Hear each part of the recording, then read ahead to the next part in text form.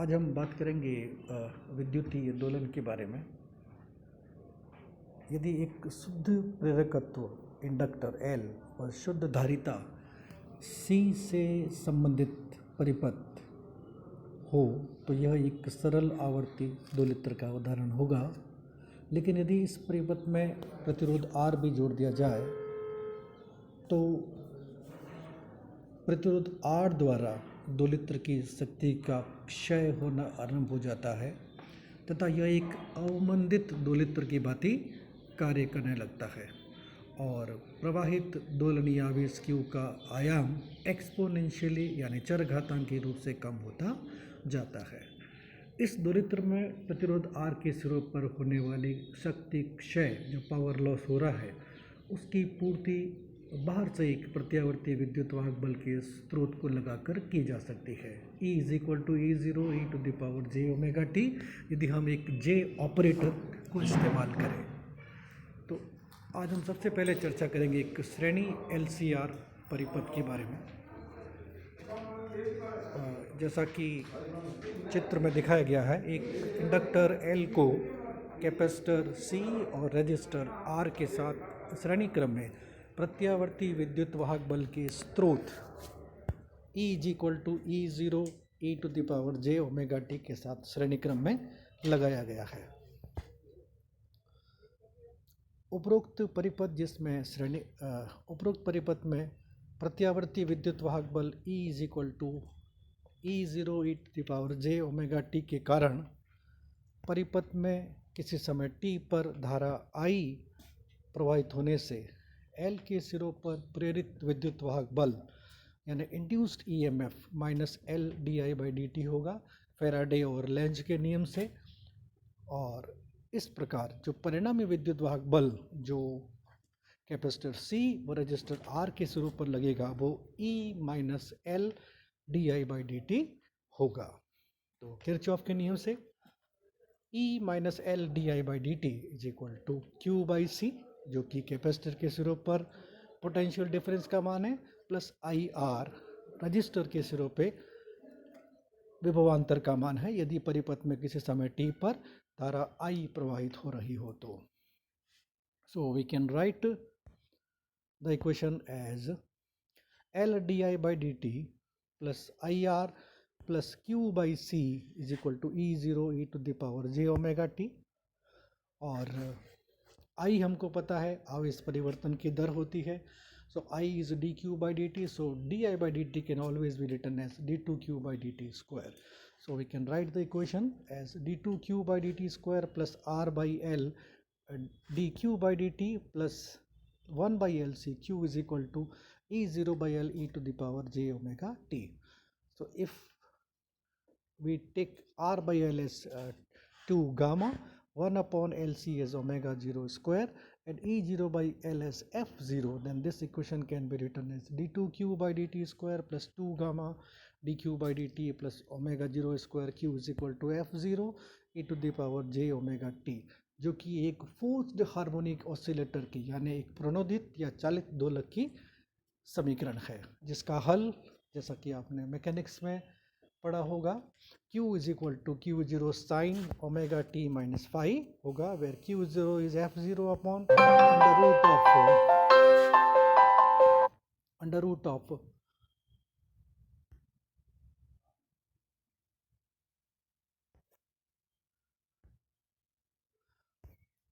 Q0 is equal to f0 upon under root of ω0 square minus omega square whole square plus 4 omega square gamma square and tangent of phi जो कलांतर है that is 2 omega gamma upon ω0 square minus omega square. So if we differentiate equation 2, then what we will get is the current. So dq/dt is equal to I Q0 omega cos ω_t minus phi, which can be further written as in terms of psi as I0 sin ω_t minus phi plus pi by 2, where I0 जो कि धारा का आयाम है is omega into Q0.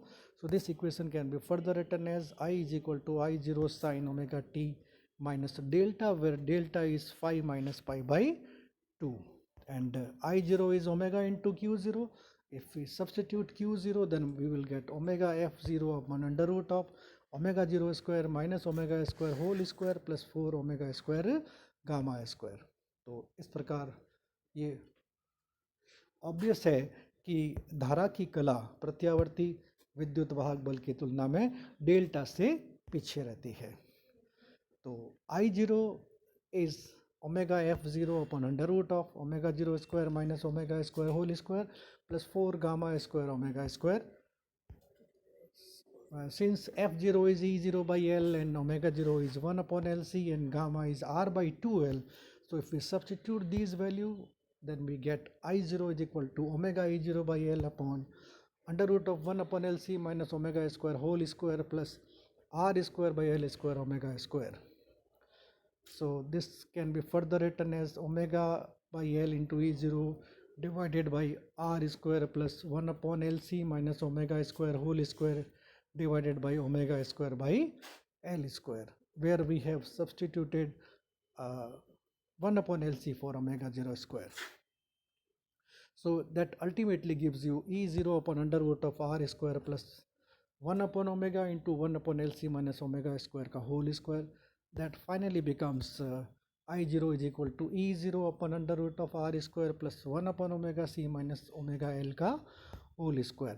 So since I0 is E0 by Z, so this is quite obvious from above equation that Z, that is the impedance of this LCR series circuit, is under root of R square plus 1 upon omega C minus omega L का whole square. और जो कलांतर है, जो phase difference है, that is delta phi minus pi by 2.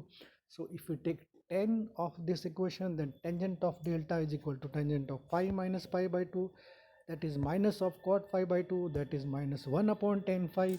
If we substitute for tan phi, what we will get is tangent of delta is equal to minus omega 0 square minus omega square upon 2 omega gamma. Again, if we substitute for gamma and omega 0 square, then eventually we will get the equation tan delta is equal to minus of 1 upon omega C minus omega L upon R. अब कुछ special case discuss करते हैं. If omega is less than omega 0, जिसे हम न्यून चालित आवृत्ति कहेंगे, अंडर फोर्स्ड फ्रीक्वेंसी कहेंगे, तो उस केस में 1 अपन ओमेगा सी का मान ओमेगा एल से बड़ा हो जाएगा. तो उस स्थिति में Z is equal to R square plus 1 upon omega C minus omega L का होल स्क्वायर में 1 अपन ओमेगा सी की तुलना में ओमेगा एल छोटा हो जाएगा. So we are left with Z is equal to under root of r square plus 1 upon omega square c square. And if the resistance in the circuit is very small, then this z is equal to 1 upon omega c. धारा के आयाम की बात करें तो I0 is equal to E0 by Z, and Z is 1 upon omega c, so it is omega c into E0. And if omega tends to 0, then I0 tends to 0. और omega के मान को यदि धीरे धीरे बढ़ाया जाए तो धारा का मान भी धीरे धीरे बढ़ेगा. Now we discuss second case. If omega is equal to omega 0, that is known as critical forced frequency या क्रांतिक चालित आवृत्ति. इस केस में Z is equal to under root of R square plus 1 upon omega C minus omega L का whole square will becomes R. And if R is negligibly small, then I0 is E0 by Z tends to 0, जो कि अनुनाद की एक आदर्श स्थिति होगी. यदि परिपथ में R नेग्लिजिबल नहीं है तो हम लिख सकते हैं I0 is equal to E0 upon under root of R square plus 1 upon omega C minus omega L का होल स्क्वायर. तो I0 के अधिकतम होने के लिए जो डिनोमिनेटर है, that is under root of R square plus 1 upon omega C minus omega L का होल स्क्वायर मिनिमम होना चाहिए. और मिनिमम की कंडीशन है कि इसका विद रेस्पेक्ट टू वेरिएबल, और वेरिएबल कौन है, फ्रीक्वेंसी. तो d by D omega of this Z should be equal to 0. So if we differentiate then we will get 2 into 1 by omega c minus omega l into minus 1 upon omega square c minus L is equal to 0, and that ultimately gives you minus 2 1 upon omega c minus omega L into L plus 1 upon omega square c is equal to 0.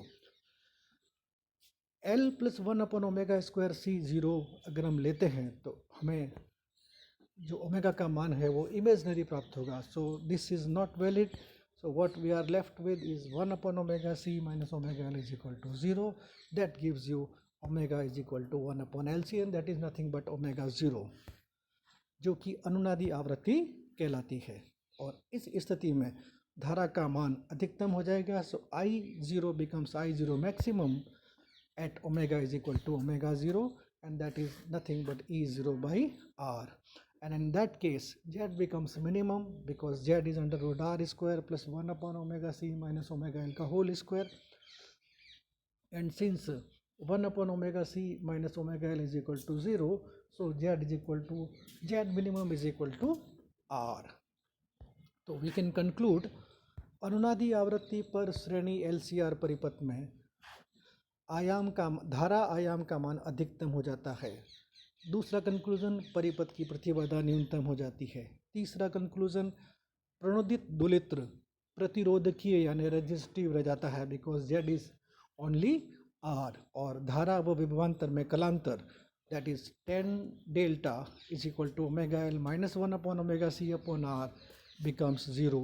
अर्थात अनुनाद की स्थिति में धारा व वोल्टता समान कला में हो जाती है. So let us come to the third case, which is अतिचालित आवृत्ति when omega is greater than omega 0. In that case, omega L is greater than 1/omega c.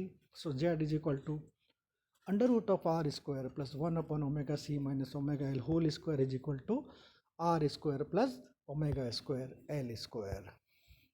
And if it's R is small, then Z is nothing but omega L. So इस case में जो प्रतिबाधा है वो inductive हो जाएगी और धारा that is I0 is equal to E0 by Z is E0 by omega L. तो इस प्रकार यदि हम ओमेगा का मान बढ़ाएं तो धारा का मान घटता जाएगा. तो एक जैसा कि ग्राफ में आगे हम देखने जा रहे हैं, तो इस प्रकार एक LCR श्रेणी परिपथ ग्राही या स्वीकार्य या एक्सेप्टर सर्किट कहलाता है, जिसका उपयोग रेडियो व टेलीविज़न में ट्यूनिंग सर्किट के रूप में किया जाता है. अगर हम आलेखों की बात करें R के डिफरेंट मान के लिए, तो अगर आदर्श स्थिति की बात करें, अगर R इज इक्वल टू 0 है तो जो अनुनादी आवृत्ति है वहाँ पर धारा का मान, जैसा हमने कुछ देर पहले डिस्कस किया, इनफाइनाइट हो जाता है. तो इसलिए R इज इक्वल टू 0 वाले ग्राफ में शिखर मान को नहीं दर्शाया गया है. अगर प्रतिरोध का मान कम है तो हमें एक शिखर मान प्राप्त होता है, रेजोनेंस प्राप्त होता है. और R का मान बढ़ाया जाए जो रेजोनेंस कर्व है वो फ्लैट होता जाता है, यानी अनुनाद की तीक्ष्णता कम होती जाती है. जो दूसरा आलेख है उसमें दिखाया गया है कि किस तरह से धारा का आयाम ओमेगा के साथ बदलता है. तो इसमें दो आलेखों को दिखाया गया है, एक में धारा को दिखाया गया है और दूसरे में प्रतिबाधा को दिखाया गया है. तो अगर हम धारा के आलेख पर गौर करें तो ओमेगा लेस देन ओमेगा 0 की स्थिति में, यानी न्यून चालित की स्थिति में, ओमेगा के बढ़ने से धारा का मान बढ़ता है. और जब क्रांतिक स्थिति आती है यानी रेजोनेंस की स्थिति आती है तो उस समय omega is equal to omega 0 पे धारा का आयाम अधिकतम मान को प्राप्त कर लेता है और अधिक चालित आवृत्ति की स्थिति में धारा का मान पुनः घटने लगता है. जबकि प्रतिबाधा की बात करें तो प्रतिबाधा का व्यवहार बिल्कुल न्यूनतम होगा, उल्टा होगा. जब आवृत्ति बढ़ती है तो प्रतिबाधा का मान घटता है न्यून चालित आवृत्ति में, और अनुनाद की स्थिति में प्रतिबाधा न्यूनतम हो जाती है, that is Z is equal to R. और अति चालित स्थिति में अगर हम ओमेगा का मान और बढ़ाते जाए तो प्रतिबाधा का मान तेजी से बढ़ने लगता है.